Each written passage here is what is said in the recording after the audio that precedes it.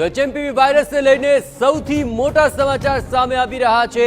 અહીં એચએમપીવી વાયરસનો ગુજરાતમાં પહેલો કેસ સામે આવ્યો છે। જી હા, એચએમપીવી વાયરસનો પહેલો કેસ ગુજરાતની અંદર નોંધાયો છે અને પોઝિટિવ કેસ પહેલો ગુજરાતની અંદર નોંધાઈ ચૂક્યો છે। માત્ર 2 મહિનાના બાળકનો રિપોર્ટ પોઝિટિવ આવી ચૂક્યો છે। આપણે જણાવીએ કે આ પહેલા પણ કર્ણાટકમાં 3 અને 8 મહિનાના 2 બાળકો સંક્રમિત થયા હતા અને ગુજરાતમાં હવે પહેલો કેસ સામે આવી ચૂક્યો છે। માત્ર 2 માસના બાળકના અંદર આ કેસ પોઝિટિવ નોંધાયો છે અને એચએમપીવી વાયરસના જે લક્ષણ છે તે ઘણા અંશે કોરોનાને મળતા આવે છે, કારણ કે ચીનમાં ફેલાયેલા કોરોના વાયરસ જેવા વાયરસનો જ આ કેસ અત્યારે ભારતમાં નોંધાયા, જેમાં કર્ણાટકમાં 2 કેસ અને ત્યારબાદ ગુજરાતમાં પહેલો કેસ સામે આવી ચૂક્યો છે। આ વાયરસનું નામ એટલે કે હ્યુમન મેટાન્યુમો વાયરસ, એચએમપીવી વાયરસ, કે જે હવે ગુજરાતની અંદર પગ પેસારો કરી ચૂક્યો છે અને માત્ર 2 માસના બાળકની અંદર આ વાયરસના લક્ષણ દેખાયા અને તેનો રિપોર્ટ પોઝિટિવ આવી ચૂક્યો છે। બાળકને અમદાવાદની હોસ્પિટલની અંદર સારવાર આપવામાં આવી રહી છે। તો ગુજરાતમાં પહેલો કેસ એચએમપીવી વાયરસનો નોંધાઈ ચૂક્યો છે। માત્ર 2 માસના બાળકની અંદર આ કેસ પોઝિટિવ નોંધાયો છે। ભારતમાં આ પહેલા 2 કેસ કર્ણાટકના નોંધાયા હતા, જ્યાં સંક્રમિતોમાં એક 8 મહિનાનું બાળક અને 3 મહિનાની બાળકીનો સમાવેશ થયો અને હવે ગુજરાતની અંદર માત્ર 2 માસના બાળકની અંદર આ કેસ છે તે પોઝિટિવ નોંધાયો છે। વધુ વિગતે વાત કરવા માટે જોડાઈ રહ્યા છે TV9 સંવાદદાતા જિગ્નેશ પટેલ। જિગ્નેશ, આખરે 2 કેસ કર્ણાટકમાં નોંધાયા હતા, ત્યારબાદ ગુજરાતમાં પણ હવે પહેલો કેસ એચએમપીવી વાયરસનો નોંધાયો છે। કઈ રીતે આ સમગ્ર મામલાને લઈને રિપોર્ટ કરવામાં આવે છે અને બાળકને લઈને શું અત્યારે વિગતો મળી રહી છે? જિગ્નેશ, જય, સૌથી મોટા સમાચાર ગુજરાત માટે ગણી શકાય અને સૌથી પહેલા સમાચાર TV9 આપી રહ્યું છે કે એચએમપીવી વાયરસ છે તે વાયરસનો પ્રથમ કેસ, ગુજરાતનો પ્રથમ કેસ અમદાવાદમાં છે અને આ અમદાવાદમાં ખાનગી હોસ્પિટલમાં 2 મહિનાના બાળકની સારવાર ચાલી રહી છે। કેસ જે છે તે પોઝિટિવ આવ્યો છે, ખાનગી હોસ્પિટલમાં સારવાર ચાલી રહી છે, પરંતુ સૌથી મહત્વની બાબત કે આખરે આરોગ્ય વિભાગને આ બાબતની અગાઉથી જાણ નથી થઈ। છેલ્લા કેટલાક દિવસોથી જ્યારે બાળકને દાખલ કરવામાં આવ્યું ત્યારે તેનું જે સેમ્પલ છે તે મોકલવામાં આવ્યા હતા અને તે સેમ્પલ પોઝિટિવ આવ્યા છે। સૌથી મહત્વની બાબત છે કે જે એચએમપીવી વાયરસ છે તે એચએમપીવી વાયરસ શિયાળાની ઋતુમાં બાળકો અને વૃદ્ધોમાં વધારે સંક્રમિત કરે છે, વધારે અસર કરે છે। લોકોએ સાવચેતી રાખવાની જરૂરિયાત છે। હાલમાં જોઈએ તો અમદાવાદમાં સૌથી પ્રથમ કેસ ગણી શકાય કે જે રીતે આ કેસ આવ્યો છે તે ગુજરાતનો પ્રથમ કેસ અમદાવાદમાં આવ્યો છે, જેમાં 2 મહિનાના બાળકની સારવાર ચાલી રહી છે।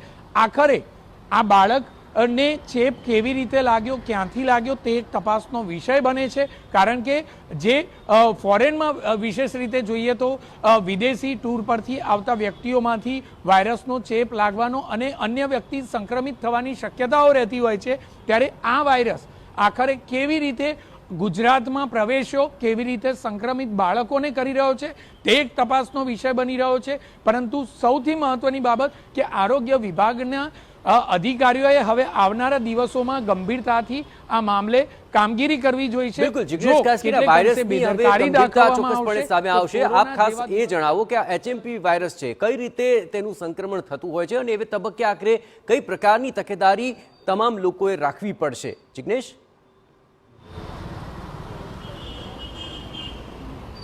જય, જે પ્રકારે એચએમપીવી વાયરસની વાત કરીએ તો કોરોનાની જેમ તે હવાથી જ સંક્રમિત થતું હોય છે। સાથે લોકો જ્યારે વારંવાર નાક કે મોઢા પર હાથ લગાવતા હોય છે તે લગાવવાનું ટાળવું જોઈએ। સાથે જ શક્ય હોય ત્યાં સુધી વારંવાર હાથ ધોવાની એક આદત લોકોએ પાડવી જોઈએ। બાળકો ગમે ત્યાં ગમે તે રીતે રમતા હોય તો તે વધુ સંક્રમિત થવાની શક્યતા રહેતી હોય છે। સાથે જ શિયાળાની ઋતુમાં જે આ વાયરસ છે તે વાયરસ વૃદ્ધો અને બાળકોમાં ઝડપથી અસર કરી જાય છે, કારણ કે તેમની રોગ પ્રતિકારક શક્તિ ઓછી હોય છે।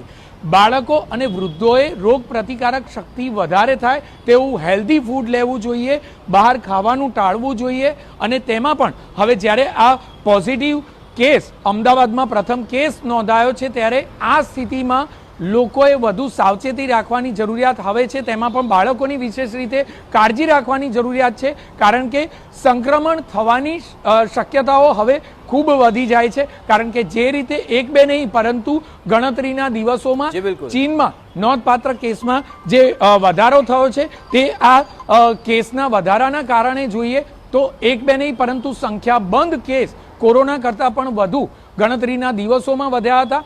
માટે લોકોએ જ હવે સાવચેતી રાખવાની જરૂરિયાત છે. ક્યારે પણ છીંક આવે, શરદી ઉધરસ થાય તો જાહેર જગ્યાઓ પર જવાનું ટાળવું જોઈએ. આવા દર્દીઓ સાથે અન્ય પરિવારજનોએ મળવાનું પણ શક્ય હોય ત્યાં સુધી ટાળવું જોઈએ. સાથે આ પ્રકારના દર્દીઓએ મોઢે માસ્ક પહેરવાની એક આદત પાડી દેવી જોઈએ.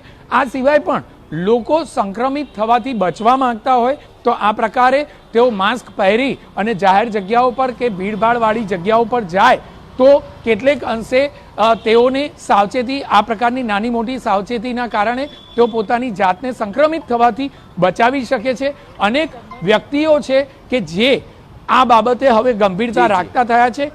વારંવાર હાથ સેનેટાઈઝ કરવાની વાત હોય કે પછી માસ્ક પહેરવાની વાત હોય, ભીડભાડવાળી જગ્યાઓ પર જવાની ટાળવાની વાત હોય, આ તમામ બાબતોની નાની મોટી જો તકેદારી રાખવામાં આવે તો આ પ્રકારની સાવચેતીથી તેઓ આ વાયરસથી અચૂક બચી શકે છે.